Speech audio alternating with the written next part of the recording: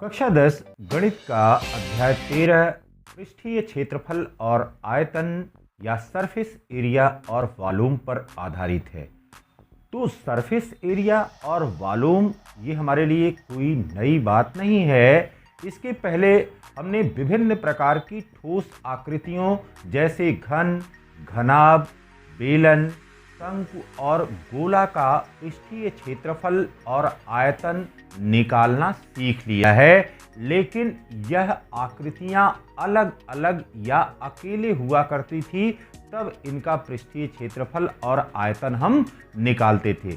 लेकिन यहाँ पर अब देखिए, केवल अगर बात करते हैं कि पृष्ठीय क्षेत्रफल और आयतन क्या होता है तो सामान्य रूप से आप निकाल सकते हैं, लेकिन जब दैनिक जीवन में आप अपने चारों तरफ देखते हैं तो वहां पर इस तरह की बहुत सी ठोस आकृतियां आपको दिखाई देती हैं, जो इन आकृतियों के संयोजन के रूप में या कॉम्बिनेशन के रूप में दिखाई देती हैं। जैसे ट्रकों के पीछे आपने कंटेनर देखा होगा और उस कंटेनर से हम एक स्थान से दूसरे स्थान तक डीजल हुआ, पेट्रोल हुआ, पानी हुआ या गैस हुआ, उसका ट्रांसपोर्टेशन करते हैं, उसको एक स्थान से दूसरे स्थान तक पहुंचाते हैं। अब अगर उस कंटेनर को आप ध्यान से देखें तो आप देखेंगे कि उस कंटेनर की जो आकृति है वह किन आकृतियों से मिलकर के बनी हुई है। वहां पर आपको बीच में बेलन दिखाई देगा और दोनों किनारों पर आपको हेमिस्फीयर या अर्धगोला दिखाई देगा। तो यह दो अर्धगोलों और एक बेलन के संयोजन से बनी हुई आकृति है। इसी प्रकार से प्रयोगशाला में जब हम देखते हैं या प्रयोगशाला की बात करते हैं तो प्रयोगशाला में जो टेस्ट ट्यूब होता है वह परख नली बेलन और अर्धगोले के रूप में होती है। उसका ऊपरी हिस्सा बेलन के रूप में होता है और उसका निचला सिरा अर्धगोले के रूप में होता है। इसी प्रकार से सर्कस के टेंट आपने देखे होंगे।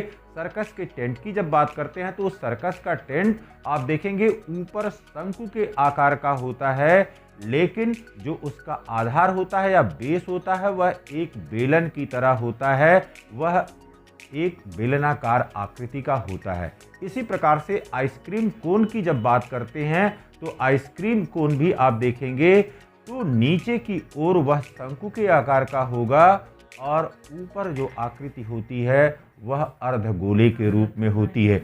इसी प्रकार से विभिन्न प्रकार की ऐतिहासिक इमारतों को अगर आप देखें तो विभिन्न प्रकार की ऐतिहासिक इमारतें आपको देखने को मिलेंगी, जिसमें घन या घनाभ के ऊपर आपको हेमिस्फीयर दिखाई देगा, अर्धगोला दिखाई देगा या शंकु दिखाई देगा।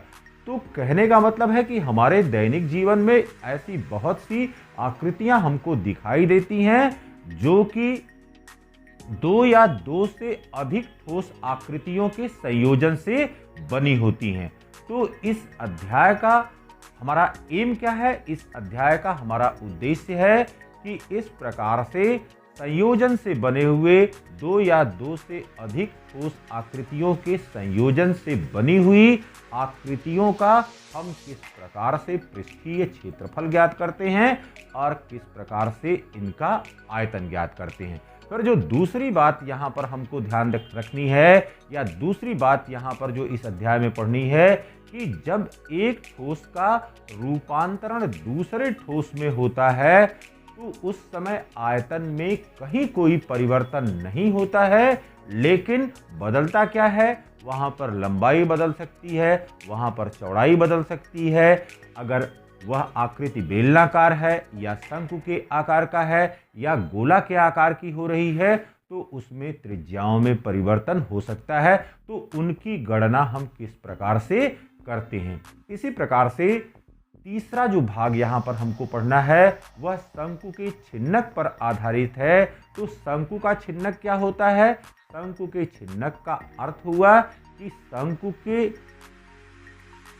कहीं से ऊपरी सिरे से और इस प्रकार से काटा कि ऊपर और नीचे दोनों हमको वृत्ताकार संरचनाएं मिल रही हैं, तो इस प्रकार से बनी हुई जो आकृति होती है वह छिन्नक कहलाती है। जैसे बाल्टी देखा होगा आपने, इसी प्रकार से गिलास देखा होगा, तो यह आकृतियां छिन्नक के रूप में होती हैं। तो छिन्नक का क्षेत्रफल हम किस प्रकार से निकालते हैं, इसकी चर्चा इस अध्याय में होगी।